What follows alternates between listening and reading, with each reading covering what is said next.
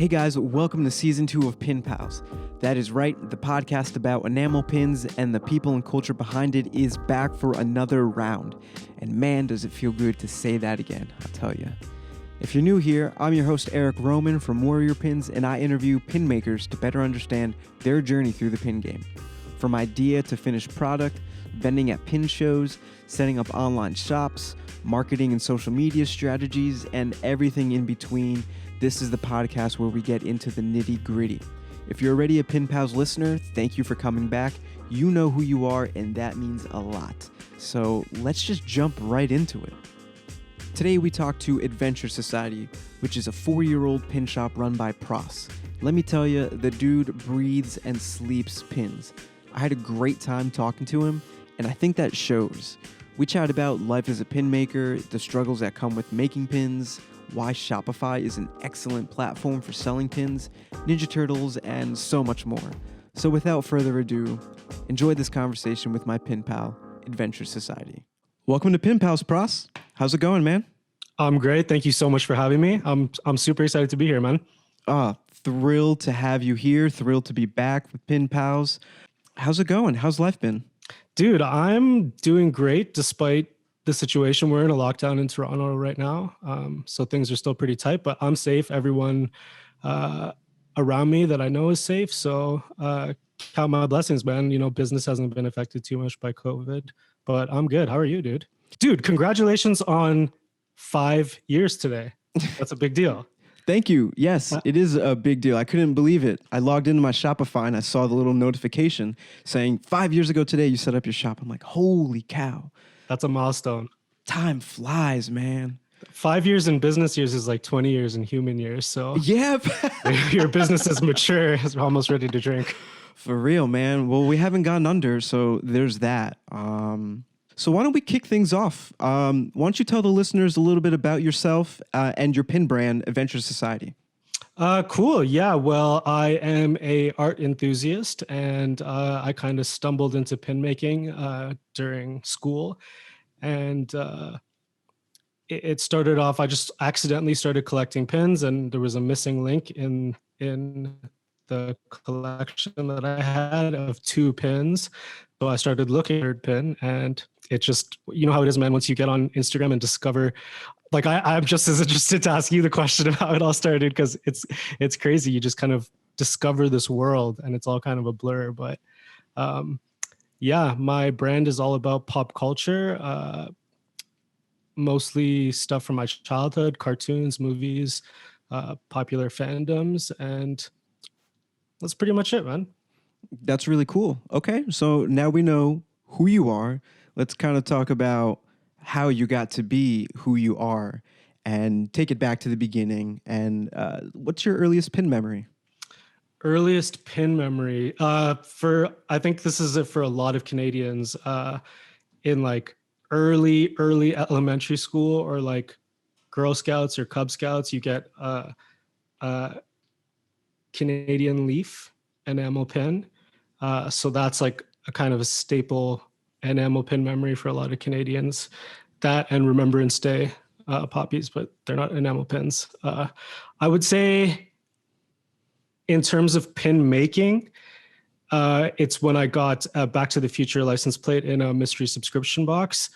That's like my really earliest memory of like, whoa, this is a cool thing that you could collect, you know? Nice. And it just kind of like, it went from there. You just saw that. You're like, I saw that. And then a few months later, I got the license plate from the Back to the Future 2, the orange license plate from the DeLorean. Mm-hmm. And that's what I meant when I was searching for the missing piece. I wanted something from Back to the Future 3, some sort of memorabilia. So that's when I started hunting online and discovered just this world of pins. Yeah, it's really easy to get lost in the world, especially if you're new to it. Dude, tell me about it. The Instagram algorithm makes it like very easy for you to find all sorts of pins and things like that. For sure. But, I still go down rabbit holes. Like I'll still find myself up like 3 a.m. just scrolling endlessly through, because like Instagram's just recommending all these pins. Yeah, me too. I used to be against the Explorer page because it was just kind of like all wacky and showing me like not pin stuff. But it's really been like tailored and pinpointed to finding new pins and like tons of turtle It's stuff learning, too. man. It's learning. The Explore page knows more about us than we know about ourselves. Yo, facts. Big facts there. So, okay, so cool. So you saw this gap, there wasn't a pin that existed, but you wanted it and you turned it into a pin. I didn't turn it into a pin, actually, man. I got Oh, just so distracted by the world. And then that's how I stumbled onto Simpsons pins. okay. And Simpsons is like my number one, like go back, find like my earliest childhood acquaintance even and ask them like what I'm obsessed with, and they'll say Simpsons. But then I made my first pin, this pin was the first pin I manufactured, a hellfish pin. And then after I made it, I found out like a bunch of people have made this pin. So first lesson was learned super early on, which is do your research. Because in the Yep. early days, like a lot of us were just like bootlegging stuff, just like grabbing whatever we can. So instead, I made this to be my first release, which is the Buzz Lightyear enamel pin wings. But yeah, man, that's pretty much how it started. So take me through the process of making that Buzz Lightyear pin. From coming up with the idea to actually getting it made and contacting manufacturer to finally being able to put it on your jacket or your hat. Yeah, so obviously everything was super brand new, so every little step was so exciting. But putting it together was really simple. A buddy of mine in my audio engineering class was pretty proficient at Photoshop, so I just told him I want to make this pin of the Buzz Lightyear wings, and he whipped it up in class in like 25 minutes. And I was like, sweet, man, how much do you want for it? And he was like, dude, you can take it, just have it. So he sent the file to me, and I found my first manufacturer on Alibaba, I think, like a lot of us. Mm-hmm. And yeah, I just started I was pretty lucky early on. Like I have run into so many issues since then with manufacturers, but my first few productions were a breeze. And I remember like filling my shoebox with the first round of orders. It was so exciting, like. It's a great feeling, but with the first pin, you get all these orders, whatever platform you're going on is going ka-ching, ka-ching every time an order. It's a very exciting time.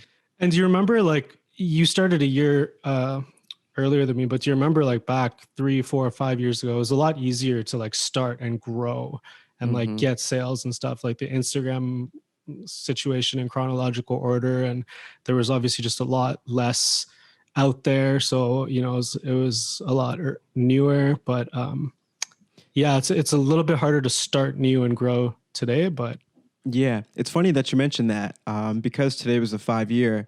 I was looking back at some of our first posts, and I saw within like the first 10 or 15 posts there was a thank you for getting the 2,500 followers. And that was probably only a month or two out of when we first started.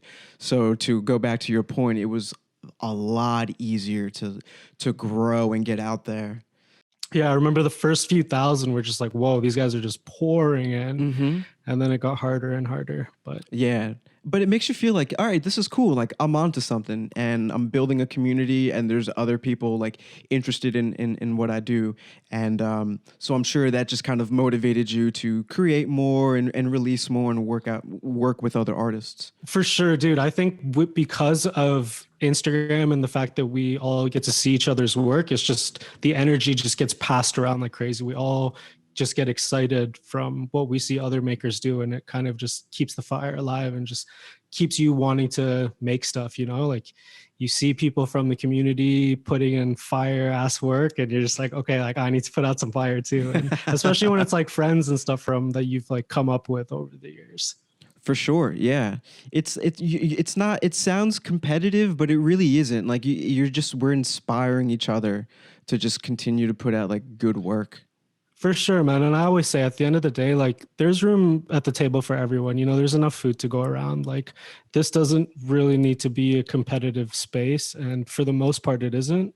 There's definitely like, there's poison in every well, but Hmm. for the most part, like we're really fortunate to be in a really like positive and motivating and like encouraging community. Absolutely. I mean, this pin community, this turtle community definitely has my back, and I feel the love every time we share something, and it's really cool. We're really thankful to be part of it, and for us to be part of the same community too. It's like we're kind of like brothers.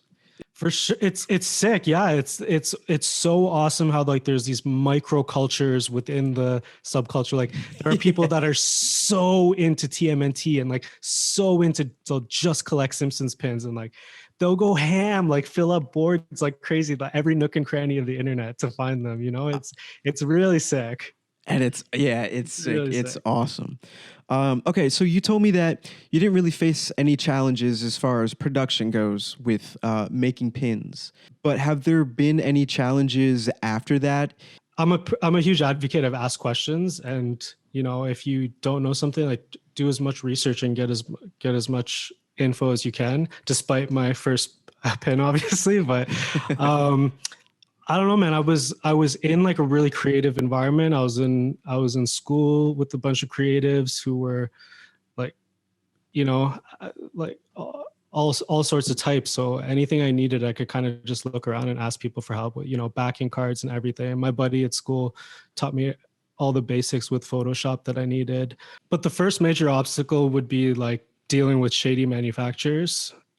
So What can you tell me about this? This is Oh going to be man, so juicy. much, so much. I have like a spreadsheet where I just like list Oh, wow. manufacturers and just like I've been doing it for the past 8 months because like I realized over the years going through my invoice the number of different manufacturers I had to go through and like oh man, so much trial and error. But even manufacturers that were consistently good for 2 years can their service can change. Like there's nothing to stop service from changing, right? So so many things, man. I can't even begin. Like the amount of like defective pins I've been sent, and if you have a really good manufacturer, they'll own up to it and they'll try their best to come up with like an honest resolution. But Mhm. oh man, 9 out of 10 times there's a bunch of trying to jump through hoops and yeah, it could be a real hassle. There's a lot of communication issues and stuff like that with language barriers, but I would say that's the main obstacle. Everything else, like there's so many resources online. Oh yeah, absolutely. Ton of resources online, but I think you nailed it with the ask questions and do your research. That's so important. People, you stumble into this world and you think you want to make a pin, you think it's pretty easy, but you really have to do your due diligence in order to make sure that, what you're thinking of that you want to turn into a pin comes out correctly from the metal type to the colors. Like I had to school myself on Pantone colors and all that stuff to like really understand that because I had an issue with getting the wrong color. So Everything, man. Like you learn as you go, and the more you do mhm. it, the more pins you make. You learn a little bit from each one. But in the early days when you're making the pins, a lot of the things kind of come together without you knowing that you needed to think about it. Like I didn't know I needed to think about black nickel or dyed black or whatever. The manufacturer just decided for me this is going to be black nickel. I got it. I'm like, this is dope as fuck. And then I see a pin. I'm like, well, why is that like I like soft and I love my hard enamel pins with screen printed details and everything, but I really love my like soft enamel dyed pins, especially with cartoony stuff. It really gives that like the line work pops, like that dark black, and there's no reflection on it or anything. But I didn't know any of that. I just took whatever the manufacturer kind of decided. And then as you go along and as you get into these forums and these Facebook communities and stuff, you start to ask questions. And not only that, you see the questions that other people ask. That's really important to just keep your eyes on community pages and see what other people are asking, because other people are going to think of things to ask that you didn't think of. And yeah, there's so much golden value out there for free. Dude, you're nailing it. Yeah, tons of amazing Facebook groups. Just you don't have to be on them actively, but every now and then some good stuff will pop up in your newsfeed, and it'll be a question that you probably eventually will have, or a customer will ask you. So it's good to always ask questions. It's also a great way to just learn about techniques that you never knew existed. Mm-hmm. for pins, like stained glass, for example. I didn't know that until I saw someone, asking about it on a manufacturer page. Lots of cool stuff. I've never heard of that until you mentioned it just now. Oh That's man, I'll send you wild. some examples after. Yeah, stained glass effect is insane. That sounds cool. That sounds really Insane. cool. Before we move on, I need to ask you about your Turtles pin. As a giant Turtles pin, or Turtle fan myself, I need you to tell me everything behind that pin. It's awesome. Yeah, this pin, I have one. This one's for Yes. you, bro. I have this Oh, one. what? Yeah, I'm gonna send this to you. Oh, man. No way. Dude, tell me about that pin.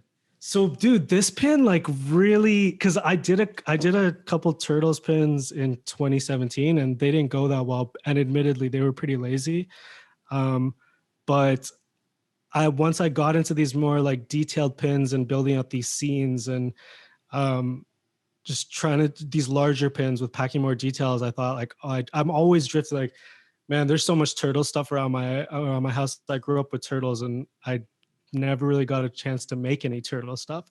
So I'm like, okay, I'm gonna do it right this time and do this filthy, super, super detailed pin. And the artist that made this pin is kind of worried about like Mr. Nickelodeon coming down. So they want to remain anonymous, but Okay. I got to say the artist like pulled this together so well. I just told him, spoiler alert, it's going to be a set of 4 pins, but I just told him, let's start with a turtle and Shredder and let's do a rooftop scene. And if it goes well, let's do it. Each turtle is in a different scene. So, one's going to be like inside a factory warehouse, one's going to be street level, and one might be sewer level. Ooh, I think you're dropping exclusives. Oh yeah, these are mad spoilers. But yeah, man, I'm just really happy with the way it turned out because I haven't seen a Turtles pin that has screen printing on it. So screen printing, just having that option, it's pretty pricey because they have to build a screen for each layer. It's not that different from screen printing clothing. Mm-hmm. And then they obviously charge labor as well for each layer. But man, when you do a hard enamel pin and it's finished and then you layer it up with shadows and highlights, it pops. And this one actually, it's hard to see, but when you see this in real life, you'll see the sky. It's translucent enamel. So what we did is the metal is sandblasted. So when you're getting your mold made, you can either have the recessed parts smooth or you can have it sandblasted, for those of you who don't know, which is like, it just gives it this sort of rough texture, which is kind of cool for when you're making raw variants. But it's also really useful when you're using translucent enamel because you can see through the enamel kind of, and you can see the texture of the raw metal, and it's really hard to photograph, but in real life it slaps. Man, I can't wait to get my hands on that. For anyone listening, we'll probably have pictures available in the show notes and on our Instagram page at Pin Pals Podcast. But that's really cool, man. Thank you for sharing that with me. Thanks for asking about that, man. I was hoping you'd ask about that, and I would have been surprised if you didn't. Man, I know this is a pin podcast, but I got to sneak in some turtle questions. Like, I got turtle stuff like everywhere. Hell yeah, man. Hell yeah. So let me ask you, what in your opinion sets you apart from other enamel pin shops? I think like all of the pin makers that I admire, we're all in the same boat. We're just making stuff we love, right? So I'm not really thinking about that kind of stuff. I'm just thinking of like, what do I want to have and hold in my hands, and let's make that happen. So it's kind of hard to say because everything I'm doing, I could think of another pin maker who's doing similar or the same. I don't really see anyone making Simpsons pins on this like to this level with so many premium effects on it. That's mostly like smaller soft enamel pins, but I don't know, man. That's a healthy way of thinking about it, honestly.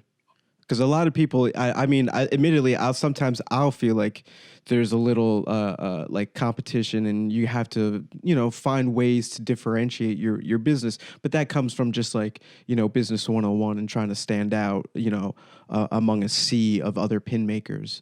But I like your perspective on that. Dude, thank you, bro. No I problem. appreciate that. Before we move on to like the next topic, what's something you had wished you had known when you started? I wish I did more research on manufacturers. Ironically, one of my early manufacturers is still one of my contacts today, but I wish I just took more advantage of all the forums and everything that were out there. In the early stages, I was asking people around me who didn't really know anything about pins, but I was asking them around me to help with certain aspects of the process. I didn't really realize the weight or the value of the community, and it's so much bigger today than it was 4 years ago. So if you're starting out, definitely take advantage of all the resources of knowledge around you. That's very easy to access. But things that I did do right that I would recommend other people do is be capital efficient. You don't need a lot of money to start up a pin business. You just have to be careful with how you spend your money. So do that as well. And I could go on and on with advice, but there could be a whole separate advice pod for the world of pin making, but those are probably the most important things. Dude, pun intended, let's put a pin on that. Yeah, man, definitely. Absolutely. I'm down to just bang it all out, go through I'm getting ideas. That would be awesome. Moving on to the next topic, let's talk about marketing. I'm curious to hear if you have a marketing strategy with your pins or with your brand. I don't do like sponsored posts or anything like that. So all of the marketing efforts are organic. Mm-hmm. Once you kind of have the audience, you don't really need to focus on it too much. You really need to focus on just servicing that audience, and then it'll kind of organically grow as long as you're staying true to making stuff that you love and that services the people that are there to follow you for the stuff that they came to follow you for. It comes organically. It's kind of like a snowball, it just kind of builds once you get it started. Mm-hmm. But one thing I do still love to do is giveaways. That's a great way to, it's a couple bucks out of your pocket and you can get a ton of followers doing that. And you can do giveaways with other pin makers as well. That's something that I used to do quite often. And I don't know, with organic marketing and trying to do it without spending any money, it's really just about posting at the right time, taking a look at your analytics, making proper use of your story feed, knowing when to use your story feed and when to use your news feed, and do your best to find relevant Facebook groups, because there are general Facebook groups that you can post your stuff to. But if you dig in, there's really niche pin specific groups for demographics. Like you'll find a Marvel pin group, you'll find a Simpsons pin group, you'll find a Harry Potter pin group. It's all there. So you can reach the people that you want to reach without spending any money if you just take some time to think about it. Ooh, man, I'm gonna turn that into a clip. It's a good info.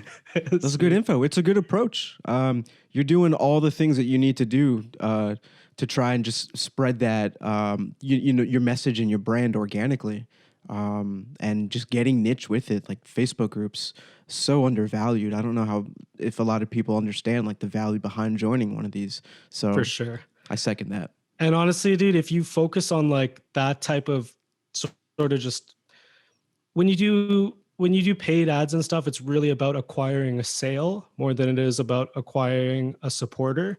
So when you do it with when you think about your growth in terms of growing your community and not growing your sales, you build the right kind of community, and over time, organically, you'll build the sales, and it'll be the right sales. Boom. Damn. What'd you major in? You're dropping dimes over here. Criminal justice for damn. university and audio engineering for college. Okay. I mean, well, it sounds like you've done plenty of research. You've done your homework. You know the ins and outs of everything. That's awesome. I'm just like, I'm really entrepreneurial, man. My whole family is. My dad is an entrepreneur. My sister, my grandpa. Just it's just what we do. That's what's up. And a good segue into me asking you, what is your preferred e-commerce platform? So I gotta say, man, I've been using Big Cartel for 4 years. This is not a Big Cartel plug, by the way. I've been using Big Cartel for 4 years over 3 brands. And just yesterday, I did a private, like 6 sales on my Shopify. So I just moved everything, streamlined everything into one Shopify website. And Shopify, oh, Canada represent, by the way. Shopify is a Canadian company, for those of you that don't know, but Shopify is the truth. Like, I urge anybody in e-commerce, switch up, get onto Shopify. It makes everything so much easier. Your analytics are better. Everything's streamlined. It is so perfect. I use a third-party shipping company, and they have an app that you can integrate into Shopify, and it's just, oh man, it's a dream come true. It really is. Sorry, if you asked me this like a few months later, I'd be a little less excited, but I just got Shopify, and it is rad as fuck. No, man, it is awesome. We've been on Shopify all 5 years. Because prior to me starting the business, I worked at an electric piano shop, which we used Shopify. So I was familiar with the platform and was like amazed by everything that you can do. It is so streamlined. It's so easy to navigate. And like you pay for even just a basic membership and you're getting really good value in return. It's worth it. This is totally worth it. That's one of the things that stopped me several times was the price point, but it is so worth it. You know? The control and the themes and just everything that you can think of that you would want to edit is possible. There's a little tiny learning curve, and it's really short and pretty annoying, but it's really short. And once you figure out how it works and how to customize things, ooh, it is smooth as butter. It's so good. That's awesome. So you kind of mentioned that you have multiple brands. What's that all about? Why don't you talk to me about that? Yeah. So a year into, or not a year, I guess. Actually, my 4-year anniversary is this Saturday.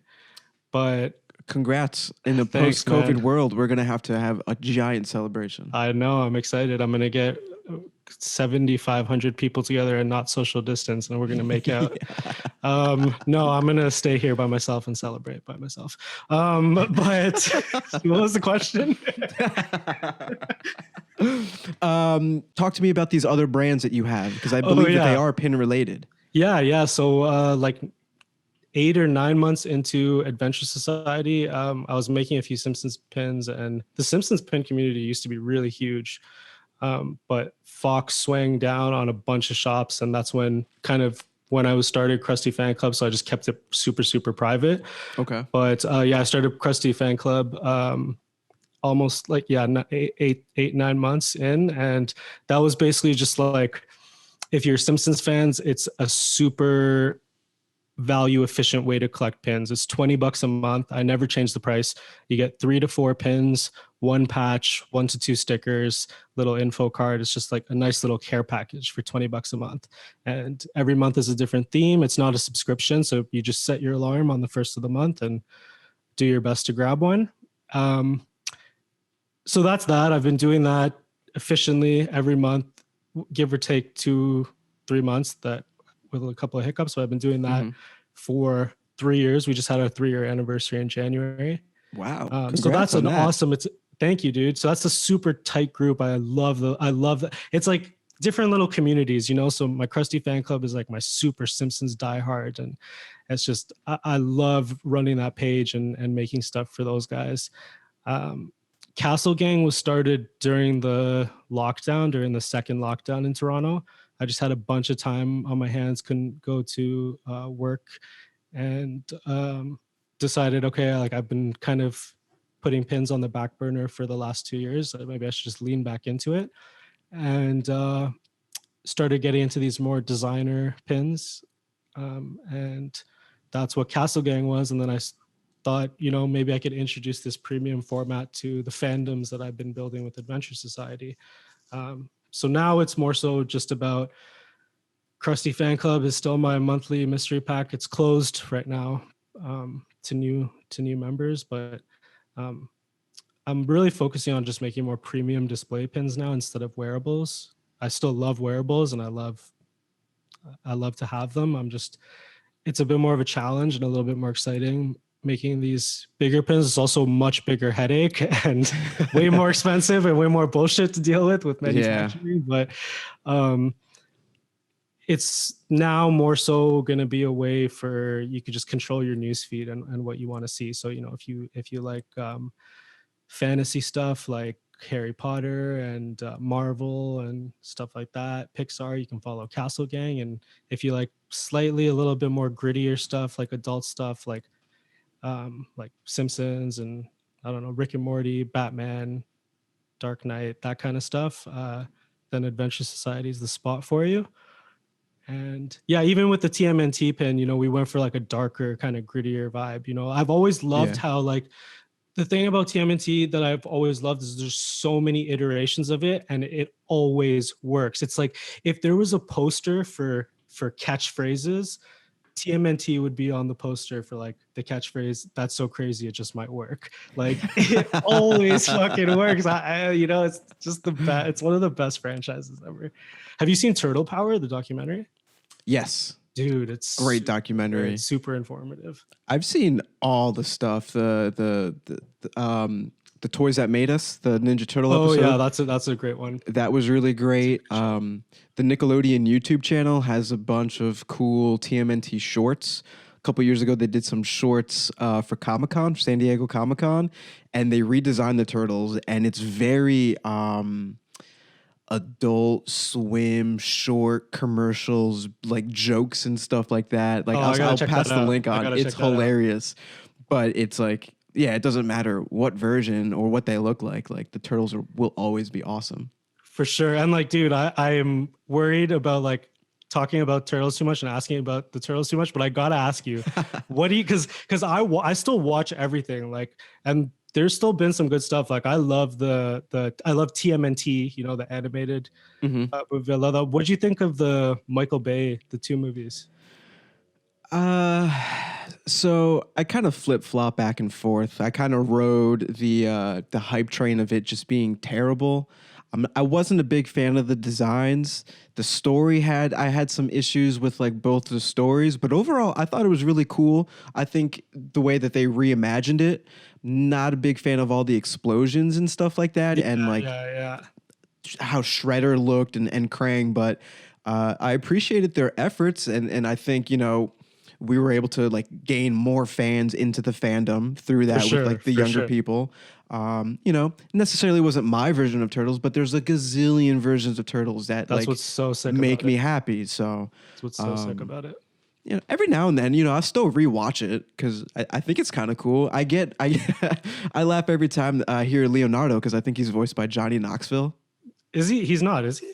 I think so, or maybe in the first one, or maybe he got replaced.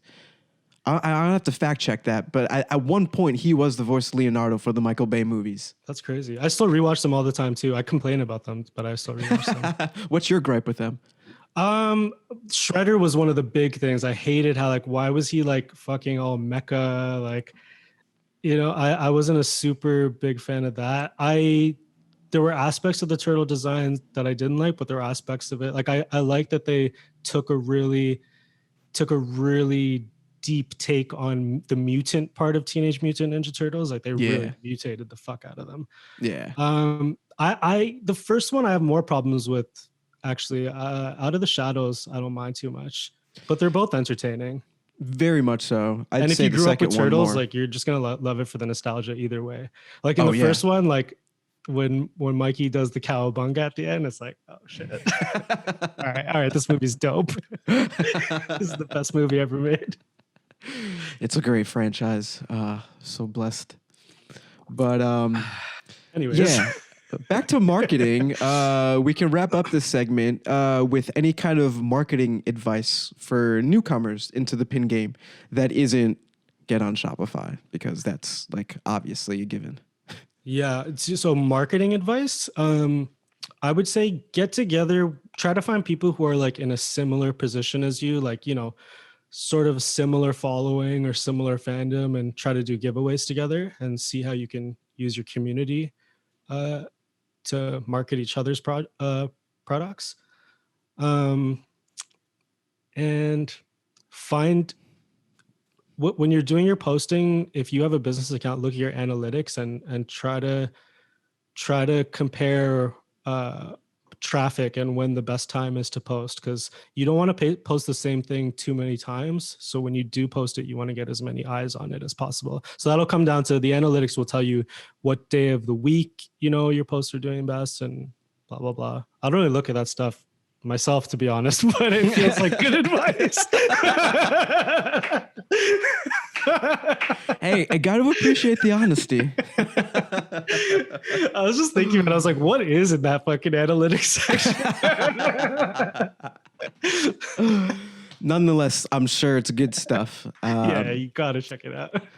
Cool. All right. So we're going to move on to the final section of the podcast, and this is going to be the rapid fire section. Just going to ask you a bunch of pin-related rapid fire, some pop culture rapid fire. I hope your followers and my followers are ready because we could be starting some wars. Yeah, get ready, man. Rapid fire. All right. Soft enamel or hard enamel? It depends. Like, I mostly make hard enamel. Ugh, fuck, how rapid is this as my answer supposed to be? I'm looking for like, that's a fucking question. Either or. At the end of the day, hard enamel has a more premium feel to it, but I mean, is a tuxedo better than sweatpants and a t-shirt? Some would say no. So it totally fucking depends. If you're super into cartoons and stuff, then soft enamel might be better for you. I really don't like when people say one is better than the other. Okay. That's my answer. It's kind of pretentious maybe, but. Respect. Hey, man, everyone's got their own opinion. And you got to respect that. Dyed enamel pins versus glow-in-the-dark enamel pins. Dyed enamel pins. Nice. Because you can enjoy them in all light settings.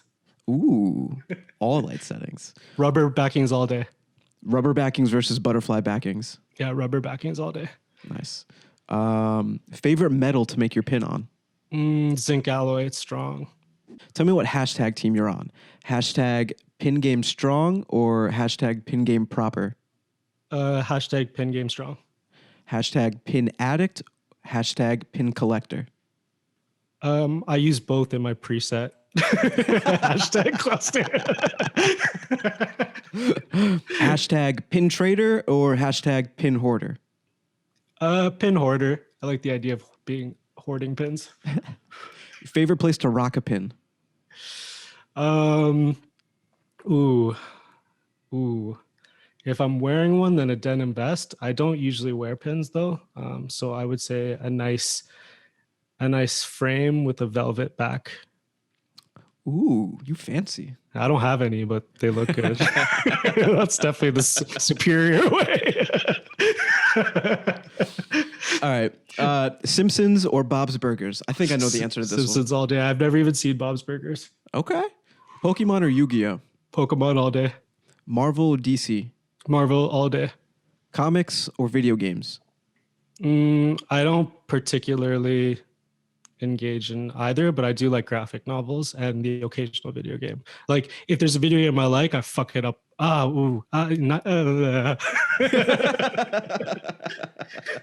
Both in moderation. Okay, cool. What's your favorite pizza topping?